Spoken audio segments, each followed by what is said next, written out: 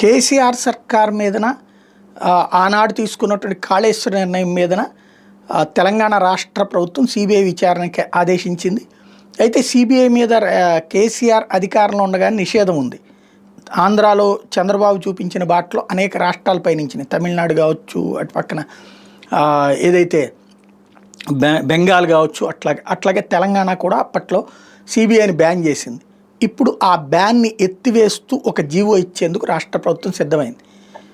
ఇది నెంబర్ 1. తద్వారా ఆ అంశం మీద సిబిఐ విచారణ, తద్వారా ఒక రకంగా కేసీఆర్ జుట్టు లేదా బీఆర్ఎస్ జుట్టు తీసుకెళ్ళి కేంద్రం చేతిలో పెట్టినట్టయింది. నెంబర్ 1. నెంబర్ 2 వచ్చేటప్పటికి మొన్న ఈ మధ్యనే వామన్ రావు దంపతులకు సంబంధించినటువంటి ఉదంతం ఉంది కదా, మర్డర్ వ్యవహారానికి సంబంధించి సుప్రీంకోర్టు ఆదేశాలతో సిబిఐ విచారణ. దానికి కూడా ఈ సిబిఐ బ్యానే అడ్డం ఉంది.